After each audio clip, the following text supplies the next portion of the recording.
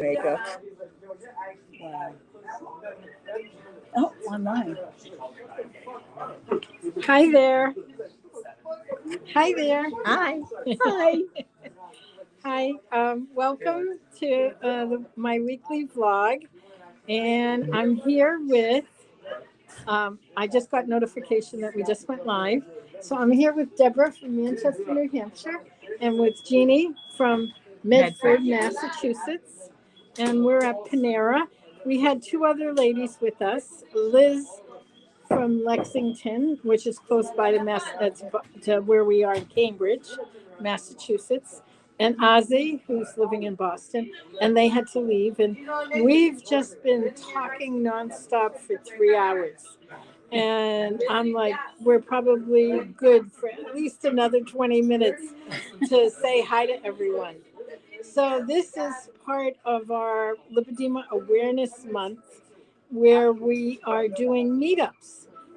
People have stepped forward and said, I'll host a meetup, and we're in 14 different cities around the world. And hi, Peggy. Oh, I hope you're feeling better.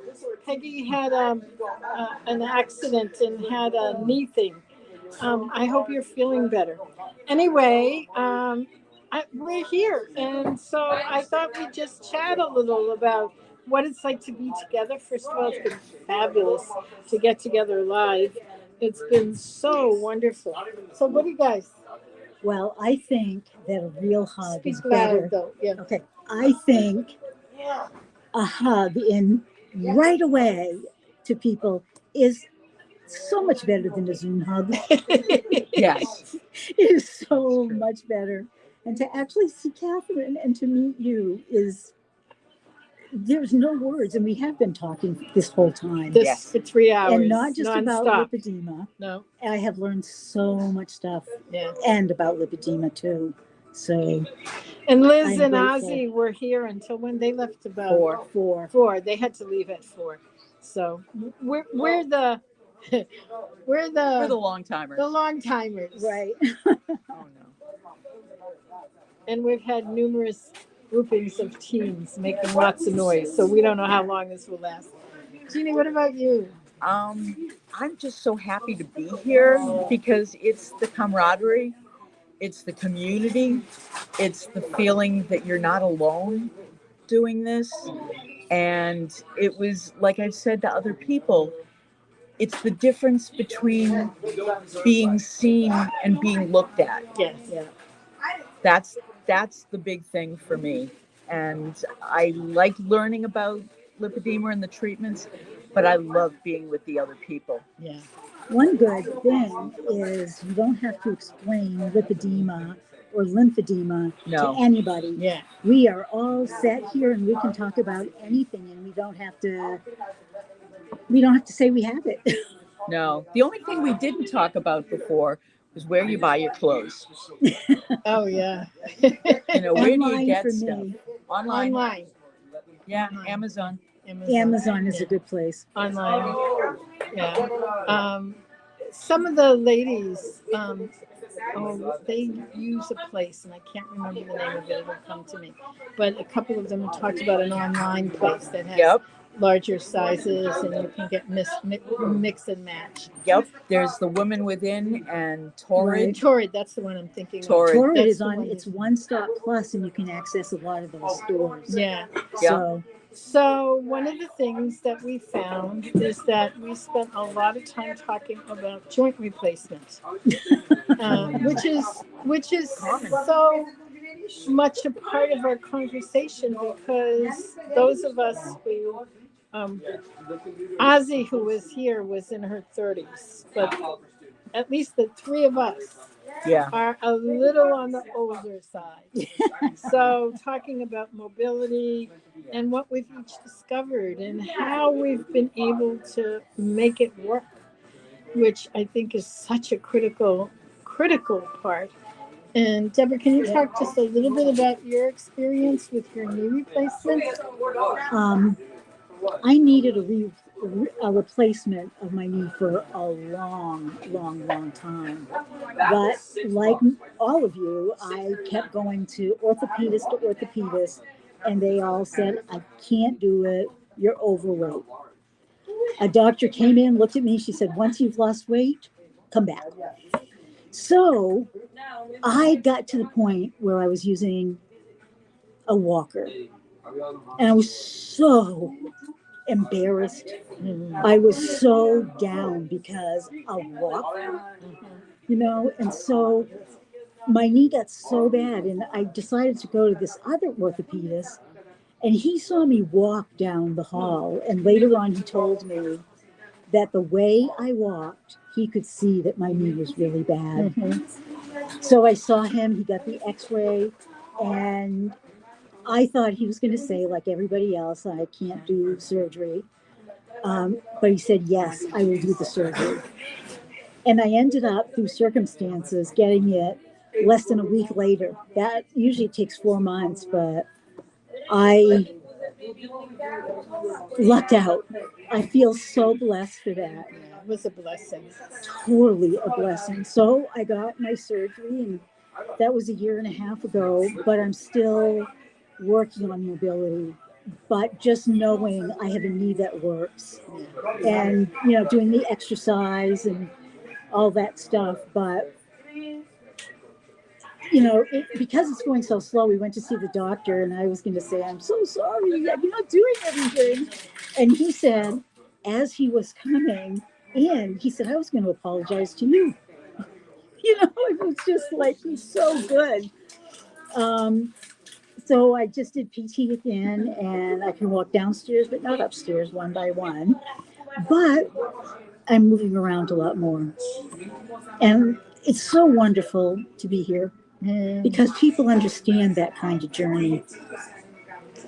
And that's the thing, we've been, our online activities now include breakout sessions where on Zoom we get together. Of course, being in person, I've learned so much. And I think, one of the things that you brought home for me, Jeannie, is the whole process with hormones and how when hormones get disturbed in any way, there's an exacerbation of Absolutely. lipedema. Can you talk a little bit about Sure. what happened with your... I went through fertility treatments years ago, 26, well, it's going on 32 years ago, because I was on fertility meds for 6 years before we had our son. And my legs blew up, and then pregnancy caused a lot of inflammation and a lot of exacerbation of my lipedema. And I didn't know what I had at the time. I figured, well, I just gained a lot of baby weight. And that's what we all think if we don't know what we're doing at that point. And I had been on birth control pills prior to that, but I don't think it affected as much, though I did gain weight. It was just that point, and then the next point, and then during menopause, my legs just exploded. So you learn, it's live and learn.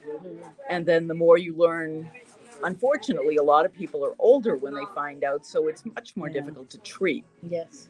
The older you get. But you do notice when there are fluctuations with your hormones, you will notice a change. And it just depends on how big a change. I think all of us will agree that during changes in our hormones, we do have more changes in our bodies. Yes. And I think what happens, well, okay, so my highlight of being here is that as we tell our stories, we relate more and more. And it's like, oh yeah, that happened to me. Mm-hmm. Only this is how it showed up for me, a little differently than it showed up for you. Right. Because I didn't have that procedure, but I had something else. And this is how the pieces of the puzzle fit together. Right. And I have to say that this has been so fabulous that I'd like to do it on a more regular basis. Maybe every other month or something, we could set something up. Sure. That we could get together and then And so, as I said, when people tell stories, so Jeannie was telling us the story of how during COVID, she started her Wednesday night Supper club, supper basically. club, where she had friends come, and how they grew. Youngins are allowed. Should we say something? No, I think it's okay. He's leaving. That's good. We've been through 3 rounds of young teenagers that make a lot of noise and throw and have food fights in Panera Bread. So talk about your supper club, because that's sort of how I see what we're doing. Yeah, well, we started out with one friend, and she would come and do laundry. And then after she got laundry facilities in another apartment, she kept coming. And then I matched her up with another woman that I know, and they became friends. And so every Wednesday night, we have dinner. And from 6 to 7, it's cocktail hour. And from 7:15 or so until 8:45, we have dinner. My husband comes in from the den because he doesn't want to be there for cocktail hour. And the more women friends that I have that I tell about this, the more everybody wants in. And we started during COVID, and it was a lifeline to the outside world because we were in the pod with these 2 other women, and it made a big difference. Considering my mobility was affected by COVID, where I was home for 15 months, and my office was on the 3rd floor of my house, and I kept running up and down stairs, which caused an exacerbation of my knee arthritis. So I'm also a candidate for knee replacement, but I would like to consider having liposuction surgery before I do the knee replacement. So I'm still in that conservative treatment position. So I'm building a history so that when I have to go to the insurance, I'll have something to show. Yeah. So I'm trying to do a lot of self-care between Wednesday night dinners to going to conferences and meeting other women and having this community and doing conservative treatments for myself. I need to be measured for compression soon. Yes. It's building your world Mm-hmm. and expanding your world and surrounding yourself with other people that have what you have. And the feeling of not being alone is so valuable, Mm-hmm. and it makes life easier. Yeah, so much easier. So there's nothing quite like being in community.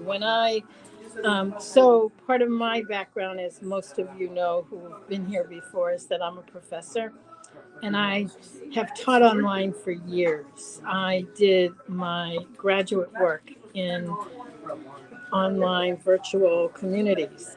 And so one of the things that I discovered is there's such a way that having community, both online and real world, in real life, is amazingly powerful.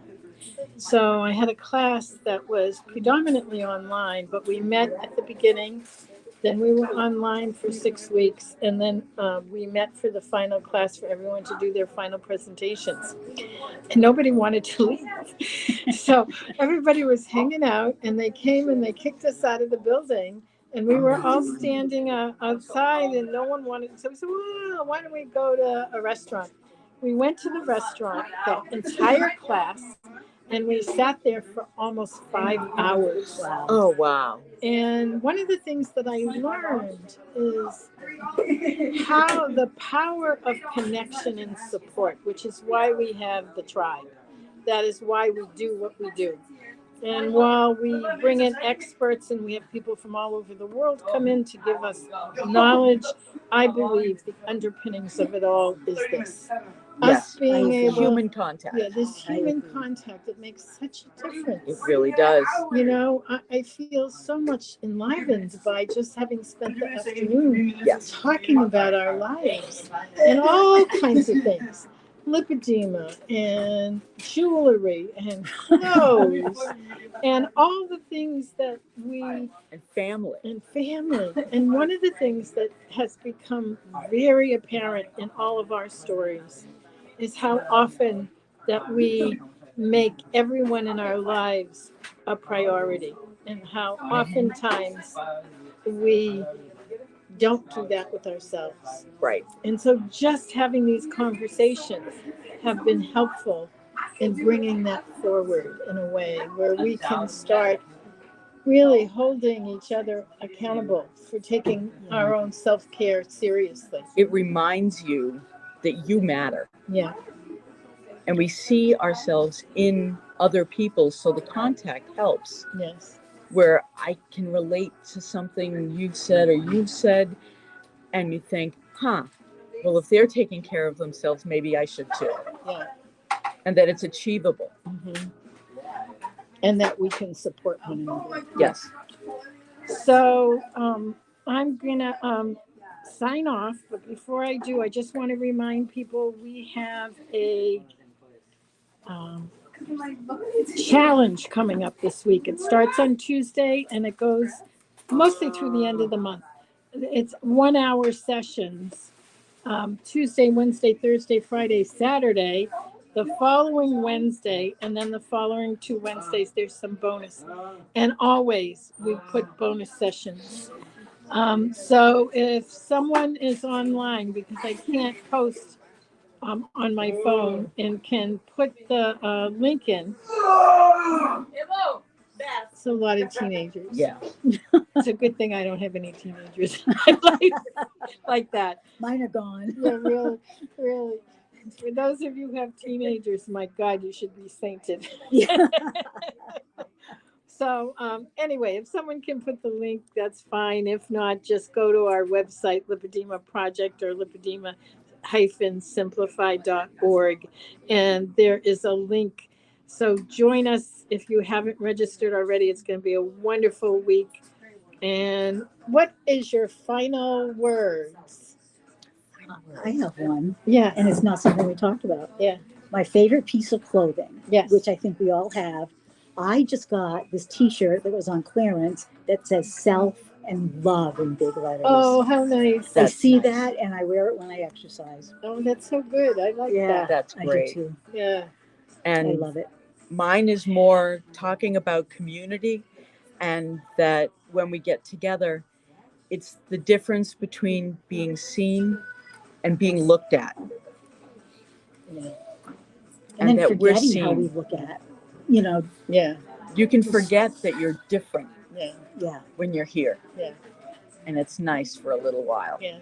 And it's a funny thing. When you just said that, it's sort of like what happens with these teenagers. They get into mob mentality and they get a little raucous, to say the least.